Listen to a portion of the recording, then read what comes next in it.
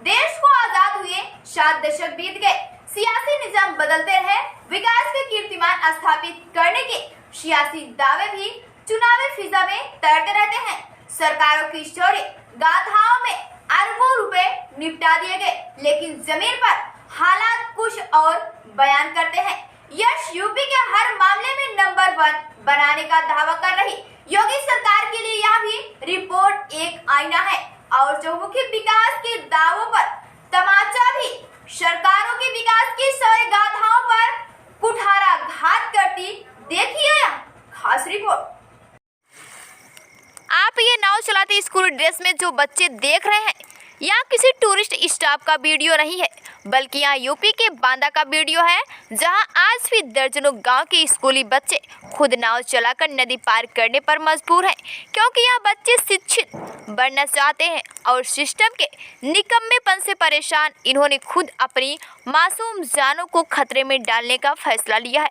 यह बांदा का तिंदवारी विधानसभा का है और खास बात यह है कि इस क्षेत्र का प्रतिनिधित्व पूर्व प्रधानमंत्री विश्वनाथ प्रताप सिंह भी रह चुके हैं। ये तिंदवारी के खपटिया कला गांव के स्कूलों और इंटर कॉलेजों के छात्र हैं, जो आप नाव से नदी पार करते देख रहे हैं। खपटिया कला केन नदी के किनारे है और केन नदी के उस पार तकरीबन 2 दर्जन गांव ऐसे हैं जिनका सीधा रास्ता है ही नहीं और यहाँ सिर्फ नदी में नाव से आवागमन करने के लिए मजबूर हैं। मासूम बच्चे भी सुबह होते ही अपनी जान हथेली पर लेकर नदी पार करते हैं, खपटिया आकर अपनी पढ़ाई करते हैं और शाम को एक बार फिर अपनी जान जोखिम में डालकर नदी पार करके अपने घर पहुंचते हैं। सबका विकास सबको शिक्षा जैसे नारों के 5 साल सत्ता सुख उठाने वाले सियासी दल और सियासी सुरमाओं के दावों पर भी यह एक प्रश्न चिन्ह है। एक तरफ सरकार घर घर शिक्षा पहुंचाने का दावा करती है, वहीं दूसरी तरफ उत्तर प्रदेश में आज भी सैकड़ों बच्चे अपने क्षेत्र में शिक्षा से वंचित हैं और उनको शिक्षा हासिल करने के लिए यूं अपनी जान जोखिम में डालना पड़ता है। नीरज किस क्लास में पढ़ते हो? 5 में। तो रोज इसी तरह नाव से आते जाते हो नीरज? जी। कहाँ से आते हो? छिपाल डेरा से खपटिया जाते हैं। रोज नाव से? जी। और बरसात में कैसे जाते हो बेटा? यही ऐसे ही जाते हैं हम। नहीं, जब बरसात में बाढ़ आ जाती है तो कैसे जाते हो? चाला से जाते हैं, कीट से गिर जाते हैं, ऐसे सब। अच्छा, छनिहन डेरे के। छनिहन? यस।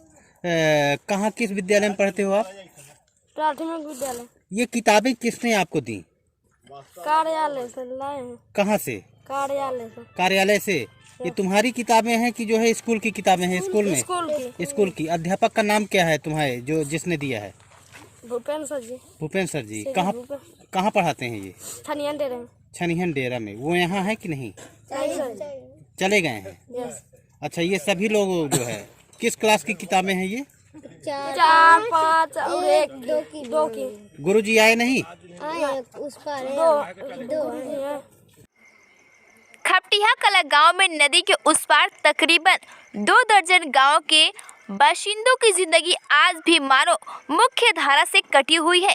हालात इतने बदतर हैं कि बरसात में बाढ़ के 4 महीने यह बच्चे ना तो स्कूल जा पाते हैं और ना ही गांव के लोगों का आवागमन सुचारू रूप से हो पाता है। हालात यहाँ तक खराब है कि बाढ़ के दिनों में इन गाँव में अगर इसी में किसी की तबीयत ज़्यादा खराब होती है तो वह अपने गांव में ही दम तोड़ देता है, क्योंकि अस्पतालों तक जाने के लिए एकमात्र साधन यह नदी ही है, जिसमें सरकारें आज तक पुल नहीं बना सकी। आज़ादी के 70 सालों में एक्सप्रेस हाईवे की तादाद बढ़ती गई, महानगरों में फ्लाईओवर और चमचमाती सड़कें विकास का पैमाना बन गई, लेकिन ग्रामीण अंचलों में आज भी विकास नाम की चिड़िया नदारद है।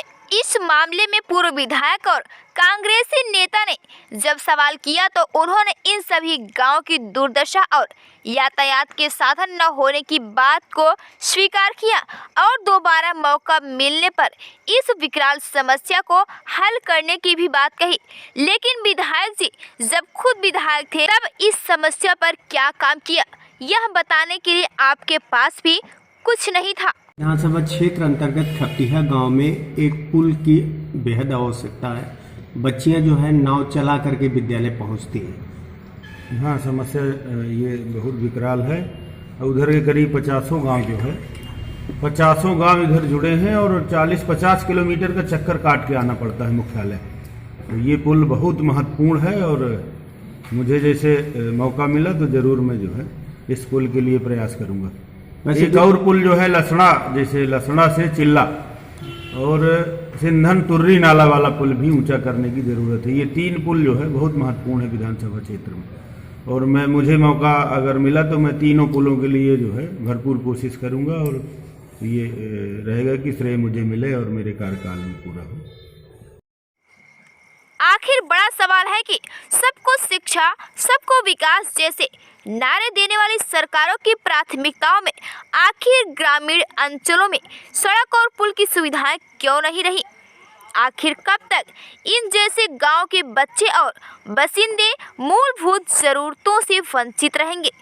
यह एक बड़ा सवाल है और सवालिया निशान है अभी तक की सभी सरकारों और सभी सियासी दलों पर।